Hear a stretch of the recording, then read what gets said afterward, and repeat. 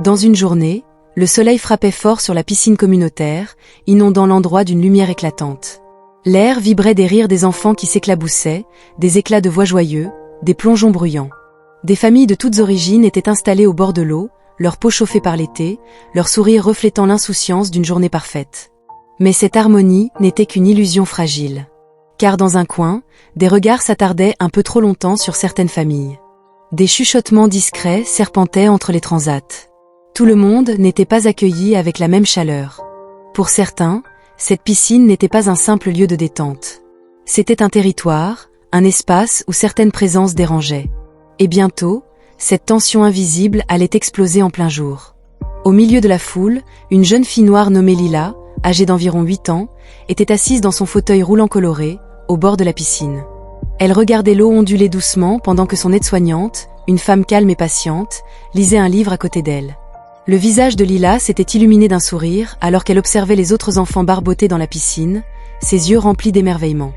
Malgré son handicap, Lila avait un esprit indéniable, et son rire était contagieux, attirant l'attention de tous ceux qui se trouvaient à proximité.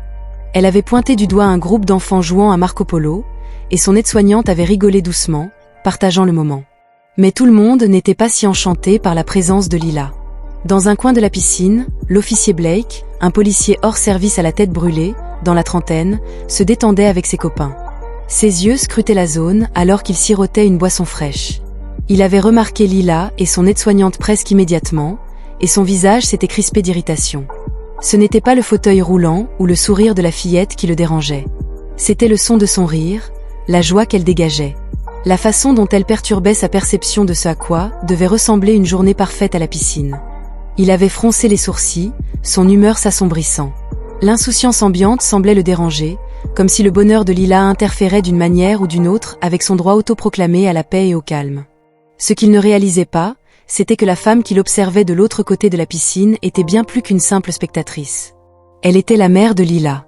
Elle était le chef de la police. Et ce qui allait se passer ensuite allait tout changer. Alors que le soleil de l'après-midi tapait fort, les sons joyeux des enfants remplissaient l'air. Le rire de Lila résonnait, clair et pur, alors qu'elle regardait les autres enfants dans la piscine. C'était un son qui apportait de la chaleur à tous ceux qui l'entouraient. Mais pour l'officier Blake, c'était comme des ongles sur un tableau noir. Ses yeux s'étaient rétrécis, et sa prise sur sa boisson s'était resserrée alors que le rire de Lila s'intensifiait. Il s'était agité sur sa chaise, manifestement impatient. La vue de la fillette joyeuse et de son aide-soignante insouciante ne faisait qu'alimenter sa frustration croissante. Leur présence était à ses yeux une perturbation. La journée paisible et tranquille qu'il avait imaginée s'éloignait, remplacée par ce qu'il percevait comme un inconvénient. L'air était devenu lourd de tension lorsque Blake s'était levé et avait marché vers elle. Ses pas étaient délibérés et lourds. Et, avait-il crié d'une voix aiguë et condescendante. « Vous pouvez la faire taire ?» Certains d'entre nous essaient de se détendre. L'aide-soignante de Lila avait levé les yeux, surprise. C'était une femme calme, habituée à gérer des situations embarrassantes. Avec grâce, elle s'était redressée, tentant d'apaiser la situation sans l'aggraver. « Je suis désolée, monsieur l'agent, mais ma nièce a le droit d'être ici, comme tout le monde. Nous ne causons aucun mal. » Blake s'était moqué. Ses yeux avaient balayé la piscine, comme s'il cherchait du soutien pour justifier son indignation à peine voilée. « Elle dérange », avait-il rétorqué. « Vous devez la contrôler ou l'emmener ailleurs. » L'aide-soignante de Lila était restée calme. « Elle ne fait rien de mal, elle rit comme tout le monde. » Le visage de Blake avait rougi alors que sa colère montait en flèche. « C'est trop.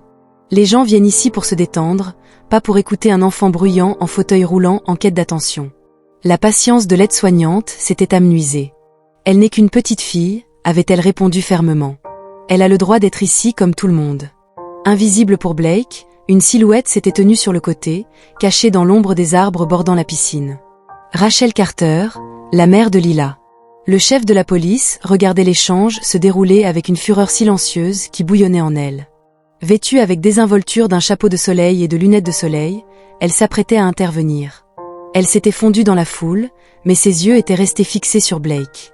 Elle avait senti son sang bouillir alors qu'elle le voyait rabaisser sa fille, mais elle s'était retenue. En silence, elle avait observé, calculant son prochain mouvement.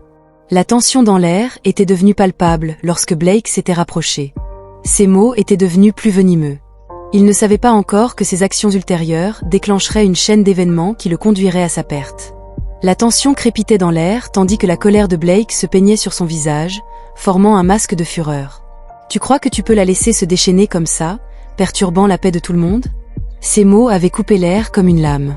L'aide-soignante était restée sur ses positions, son cœur s'emballant, mais elle avait refusé de reculer. Elle rit juste, officier, elle ne fait de mal à personne. Blake l'avait regardé d'un air méprisant avant de jeter un coup d'œil vers la piscine, la foule et les autres familles. Son regard était devenu froid, calculateur.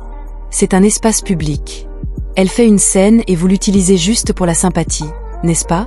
Ses paroles étaient pleines de provocation. Soudain, sa main s'était levée, saisissant brutalement l'accoudoir du fauteuil roulant de Lila avec une telle force que l'aide-soignante en avait tremblé. Sous le choc, la peur avait clignoté dans ses yeux. Ne la touchez pas. Que pensez-vous faire?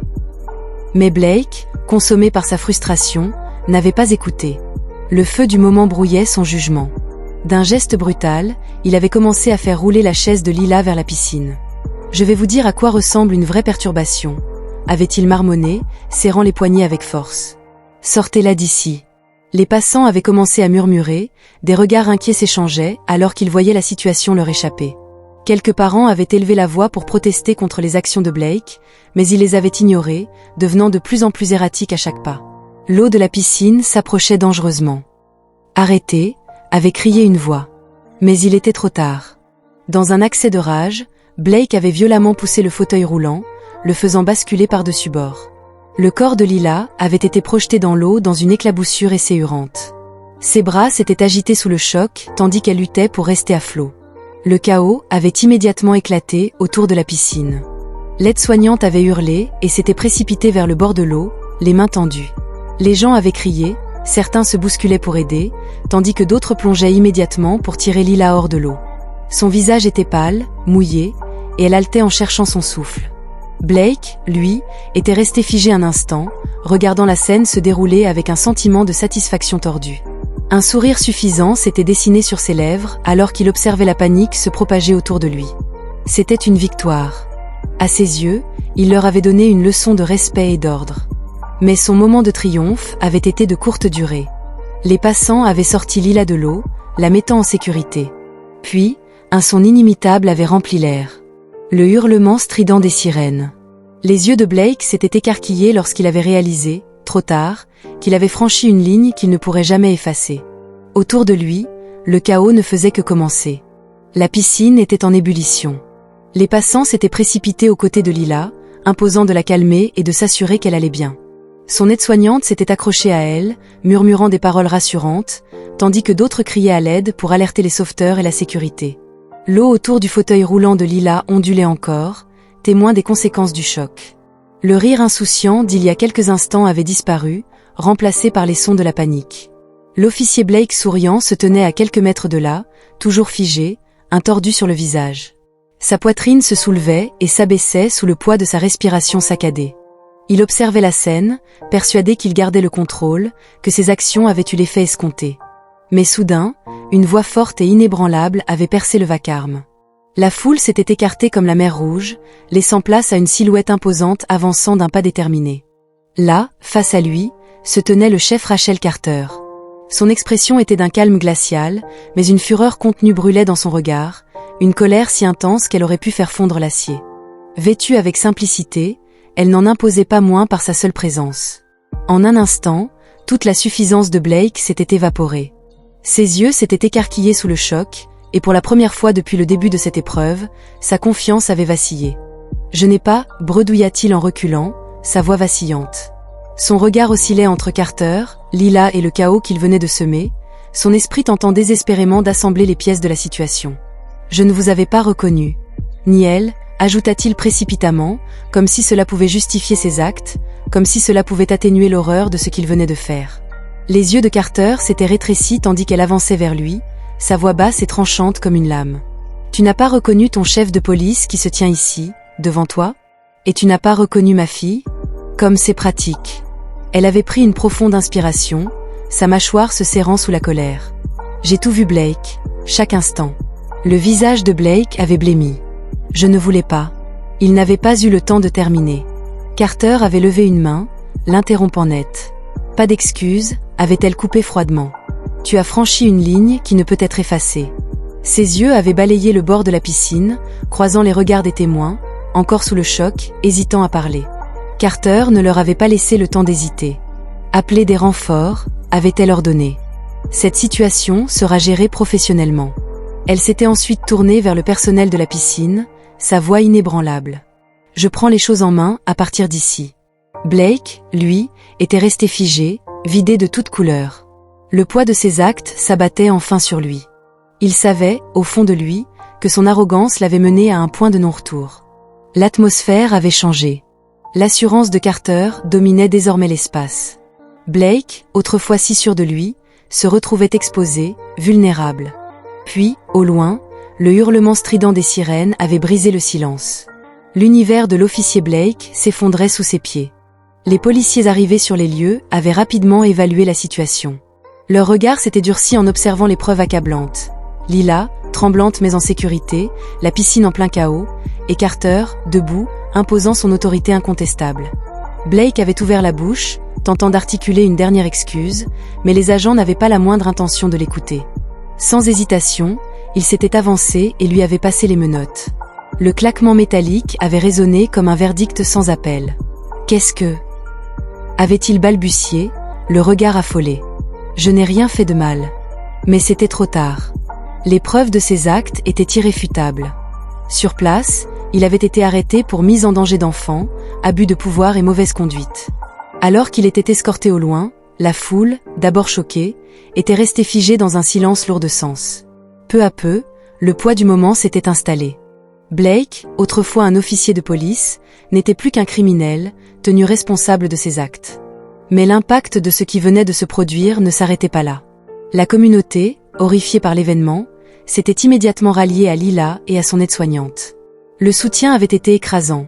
Voisins, familles et anonymes avaient afflué avec des messages d'amour, de réconfort et de solidarité. Des gens de tous horizons, mères, pères, enseignants, militants, s'étaient rassemblés, refusant de laisser l'histoire de Lila être oubliée. Son courage face à une telle cruauté ne passerait pas inaperçu. Pendant ce temps, le chef Rachel Carter, toujours calme en apparence mais animé d'une détermination de fer, se préparait à prendre la parole. Le monde regardait. Les caméras clignotaient. Les journalistes s'étaient amassés autour du podium. Carter s'était avancé. Sa voix avait percé le silence, claire et implacable. Ce qui s'est passé aujourd'hui est inacceptable. Elle avait commencé à parler, sa voix résonnant avec force. Un membre de notre propre département n'a pas été à la hauteur des valeurs que nous avons juré de défendre. Ces paroles avaient frappé avec un poids indéniable. Les actions de l'officier Blake n'étaient pas seulement un abus de pouvoir, mais une violation flagrante de la confiance. Elle s'était arrêtée un instant, laissant la gravité de ses mots s'imposer à l'Assemblée. Je me tiens devant vous aujourd'hui, non seulement en tant que maire de Lila, mais en tant que chef de police engagé à faire en sorte que cela ne se reproduise plus. Son regard avait balayé la foule attentive. Il y aura des réformes systémiques dans notre département pour lutter contre le racisme, les abus et la négligence qui gangrènent certains recoins des forces de l'ordre. Nous tiendrons les officiers responsables. Les actions de Blake seront une leçon pour nous tous. Alors que Carter avait terminé son discours, la foule avait éclaté en applaudissements. Elle ne s'était pas exprimée seulement pour sa fille, mais pour toute une communauté qui refusait désormais de tolérer l'injustice. Ce jour-là, la chute de Blake avait marqué le début d'un véritable changement. Un engagement à faire en sorte qu'un tel abus de pouvoir ne se reproduise plus. Le combat pour la justice ne faisait que commencer. Dans les semaines qui avaient suivi l'incident, Lila, bien que profondément secouée par les événements, avait entamé un lent et difficile rétablissement. Le traumatisme de ce qui s'était passé à la piscine pesait encore sur elle, mais l'amour et le soutien indéfectible de sa mère, le chef Rachel Carter, ainsi que de leur communauté soudée, lui avaient permis de puiser une nouvelle force. Carter n'avait jamais faibli dans son soutien. Jour après jour, elle avait veillé sur Lila, l'aidant à surmonter les cicatrices émotionnelles laissées par l'attaque de Blake. Ensemble, elles avaient passé des heures à parler, à se réconforter, à rire malgré la douleur. Thérapie familiale, moments de tendresse, et surtout un sentiment renouvelé de sécurité avait permis à Lila d'avancer. Mais la détermination du chef Carter ne s'était pas arrêtée là. Aussi inflexible dans son rôle de mère que dans celui de leader, elle s'était engagée à instaurer des changements profonds au sein du département de police. Sous sa direction, des réformes majeures avaient été mises en place. Une formation obligatoire à la diversité et à la sensibilité avait été instaurée à tous les niveaux, mettant un accent particulier sur la lutte contre le racisme, l'abus de pouvoir et la nécessité d'une culture de responsabilité. Carter avait été clair, un tel comportement ne serait plus jamais toléré. Petit à petit, la culture du département avait commencé à changer. La route vers une réforme complète était encore longue, mais l'impact était indéniable. Chaque jour, on rappelait aux officiers leur véritable mission: servir et protéger, et non opprimer et blesser. Quant à l'officier Blake, ses actes avaient eu des conséquences irréversibles. Sa carrière, autrefois prometteuse, s'était effondrée sous le poids d'un examen juridique minutieux. Il avait été renvoyé du département, déchu de son badge, et inculpé pour plusieurs chefs d'accusation, dont mise en danger d'un enfant, abus de pouvoir et mauvaise conduite. Le système judiciaire l'avait tenu pour responsable. Jugé et condamné, il avait été envoyé en prison. Sa chute avait été rapide et impitoyable. Un rappel brutal que personne, pas même un officier de police, n'était au-dessus des lois. Des mois plus tard, la piscine communautaire était devenue un puissant symbole de transformation. Lila, autrefois victime de violence et de haine, y était retournée, cette fois entourée de sa mère et d'un cercle d'amis qui la soutenaient. L'eau s'était agitée autour d'elle, mais cette fois, elle n'était plus un rappel du traumatisme passé. Elle était devenue un symbole de résilience. La même communauté qui, autrefois, avait été figée dans la peur et l'horreur, l'entourait maintenant d'amour, de bienveillance et d'acceptation. Ce lieu, qui avait failli devenir un souvenir douloureux, s'était transformé en un espace de guérison et de justice. Témoin de la force de Lila, de la détermination inébranlable de sa mère, et de la conviction profonde qu'aucun acte de cruauté ne pouvait éteindre la lumière de la résilience. Alors qu'elle souriait, les ombres du passé commençaient enfin à s'estomper, remplacées par une certitude. La justice avait triomphé. Et entourée d'amour, elle était désormais inarrêtable. Merci d'avoir regardé, et à la prochaine dans une nouvelle vidéo.